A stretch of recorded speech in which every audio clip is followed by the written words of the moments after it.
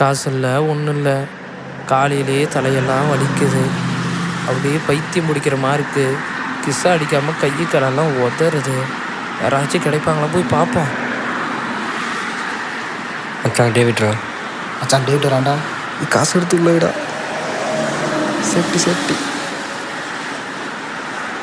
மச்சான் ஆகாஷ்கரான், அவங்ககிட்ட போனால் ஏதோ கிடைக்கும். டே மச்சான், ஏதோ பார்த்து பண்ணுங்கடா. கையெல்லாம் நடுங்குதுடா, தலையெல்லாம் வலிக்குதுடா, அவங்க காலில் கூட விடுறா. மச்சான் காசு இருக்குது. டே மச்சான், ஏதோ பார்த்து பண்ணுங்கடா. கையெல்லாம் நடுங்குதுடா, உங்கள் காலில் கூட விடுறேன்டா.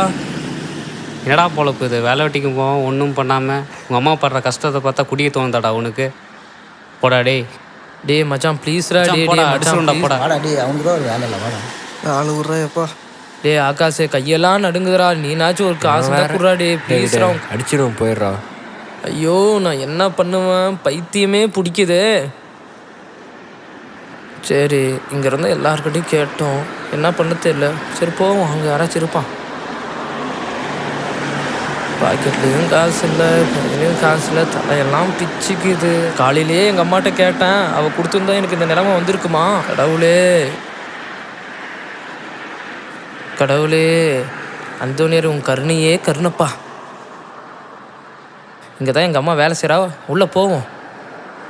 கேளுங்கள் தரப்படும், தட்டுங்கள் திறக்கப்படும்.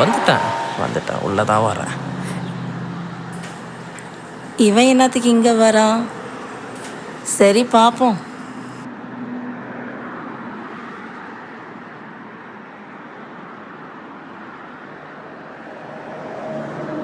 ஏகா சாமி இருக்கிறாரா? ஃபாதரு பூசை முடிச்சுட்டு கான்வெண்ட்டில் சாப்பிட்டுட்டு இருக்கிறாரு. நான் சேர் வச்சுட்டு போகலான்னு வந்தேன்.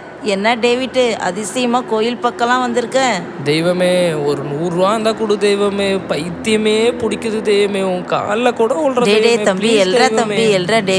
ஏண்டா தம்பி டேவிட்டே, இப்படி குடிச்சு உடம்பை கெடுத்துக்கிற? பாடுற உங்க அம்மாவை பாடுற, பாவம். எல்லாம் கூட்டி பெருக்கி காலையிலேருந்து வயசான காலத்துல எவ்வளோ வேலை செய்யறாங்க. ஏண்டா இப்படி குடிச்சும் உடம்பை கெடுத்துக்கிற? உங்க அம்மா எவ்வளோ கஷ்டப்படுறாங்க பாடுறா. உன்னை விட்டா வேற யாரா அவங்கள பார்த்துக்குவாங்க?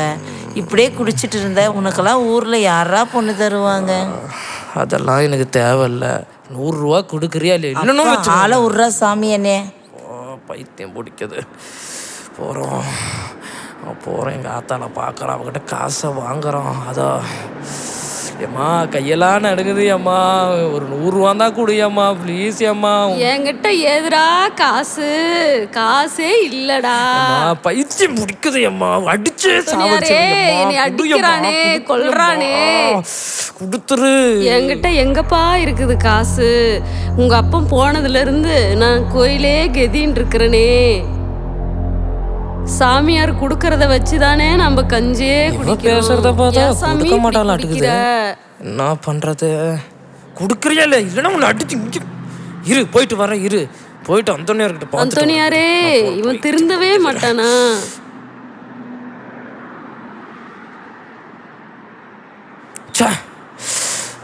ஐயோ, தலை வலிக்குது. இது வேற. யாராச்சும் இருக்காங்களா? யாரும் இல்லை. கிசால சொருகுது கண்ணு, காரணம் ஜாயிண்ட்டு ஒன்று. நல்ல வேலை, சுற்றி யாரும் இல்லை. உள்ள தூர்றோம், உண்டியல் அடிக்கிறோம், கிசாவை போடுறோம். டன் டடன். உள்ள யாரும் இல்லை. மெதுவாக போகலாம். சின் சுற்றி முற்றி யாரும் இல்லை. உண்டியல் அடிக்க வேண்டியதான். போயிட்டு கும்பிட்றான் அந்தோனியார. யாரும் இல்லை, கன்ஃபார்ம் பண்ணிட்டோம். உண்டியில் நெருங்குறோம். இப்போ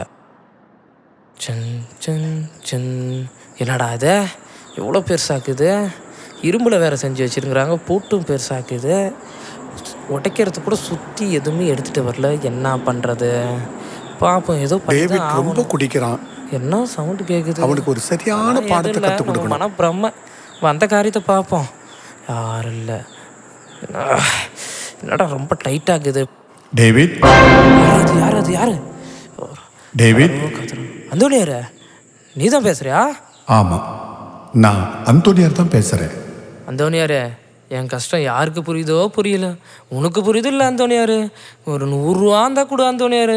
காலையிலேருந்து கிஸ்ஸா அடிக்காமல் பைத்தியமே பிடிக்குது அந்தோணியார். உன் காலில் நாச்சும் விழுற அந்தோணியார். ஒரு 100 ரூபா இருந்தால் கொடு அந்தோணியார். ஒரு 100 ரூபா கூட கொடுக்க மாட்டியா உன் பிள்ளைக்காக? காலில் கூட விழுற அந்தோணியார். டேவிட், நீ குடிச்சு உன்னுடைய உடம்பையும் ஆன்மாவையும் ரொம்ப கெடுத்துட்ட. குடிப்பதால் தான் உங்கள் அம்மா ரொம்ப மனவேதனைக்கு ஆளாயிட்டாங்க. உன்னை மீட்க தான் இயேசு கிறிஸ்து சிலுவையில் ரத்தம் சிந்தினார். அவருடைய மகன் நீ குடிக்கலாமா? உன் மீது நீ நம்பிக்கை வை, கடவுள் மீது நம்பிக்கை வை. அவர் உன்னை மீட்க தன் 2 கரங்களை விரித்து கொடுத்தார். என்னை நம்பி வந்த எத்தனையோ குடிக்காரர்களுக்காக நான் இறைவனிடம் பரிந்து பேசி மனம் திரும்பி இருக்கிறார்கள். உங்க அம்மாவை குடிக்க ஆரம்பித்த புள்ள அப்படின்னு சொல்லும்போது உங்க அம்மாவுக்கு எவ்வளவு மனவேதனை இருக்கும்.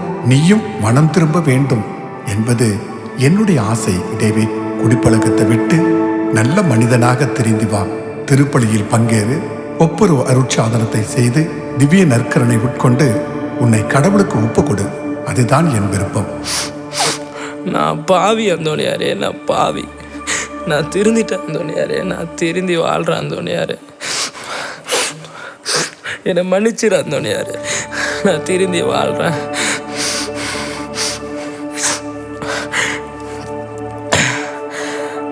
ஆனால் நீங்கள் சொன்ன மாதிரி நான் திருந்தி ஒரு கிறிஸ்துவ பிள்ளையாக வாழ்கிறேன் அந்தோணியாரு. ஆனால் எனக்கு ஒரே ஒரு உதவி மட்டும் பண்ணுங்க அந்தோணியாரு. என்ன உதவி? உனக்கு செய்யாம வேற யாருக்கு செய்ய போற? ஒரு 100 ரூபாய் மட்டும் கொடுங்க அந்தோணியாரு, ப்ளீஸ் அந்தோணியாரு. நான் திருந்தி வாழ்கிறேன் அந்தோணியாரு. டேவிட், திருந்தவே மாட்டியாடா நீ? அந்தோணியார் பேசுற மாதிரி நானும் பேசல. அவர் சொல்லிய நீ கேட்கல. குடிச்சு நாசமா போறியடா கழுத. எந்திரிச்சு போடா வெளியே. உண்டியல் திட்டத்துக்கு வந்திருக்கிற நீ போடா வெளியே.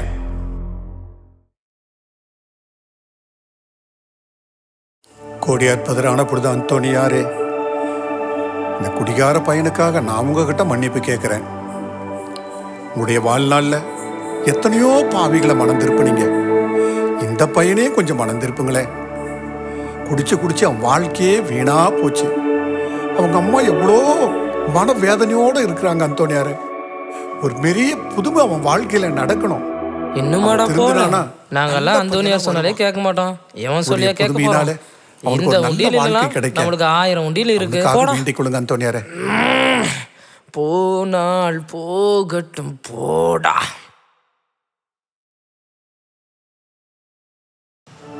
இந்த காலத்து இளைஞர்கள் தங்களை பற்றி சிந்திக்காமல், தங்கள் பெற்றோரை பற்றி சிந்திக்காமல் பலவிதமான தீய பழக்க வழக்கங்களில் மூழ்கி தங்களை அழித்துக் கொண்டிருக்கிறார்கள். ஆன்மீகத்தில் தங்கள் மனதை ஈடுபடுத்தினால் இப்படிப்பட்ட தீய பழக்கத்திலிருந்து அவர்கள் விடுதலை பெற முடியும்.